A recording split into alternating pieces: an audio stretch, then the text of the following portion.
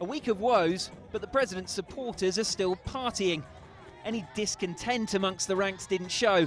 Indeed, despite it all, screams of delight as thousands greeted Jacob Zuma's arrival. Madiba and his peers and those before them laid the foundation for the society that respects human rights, freedom and justice. And members of the Something not even the president can completely avoid. It's been yet another scandal-hit week. An independent report strongly criticised his conduct and ruled that some members of his government had acted unlawfully. The conduct of organs of state involved in managing the Nkadla project, particularly the officials from DPW, who failed to comply with supply chain management prescripts, was unlawful and constitutes improper conduct and maladministration. $21 million spent on his private homestead, much of it at state expense. Zuma has been ordered to pay an agreed sum back.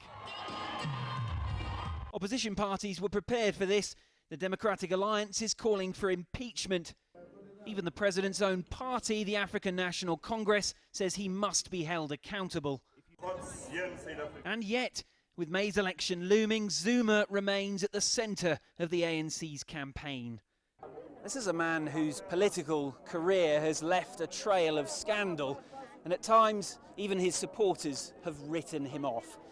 And yet here he is on the verge of becoming president for a second term, surrounded by supporters and internally as secure, as strong as he's ever been. Questions now though about whether wider voter apathy could turn to anger.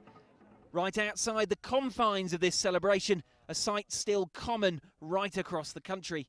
So how do you feel about the president's state spending so much money on his home when you live here?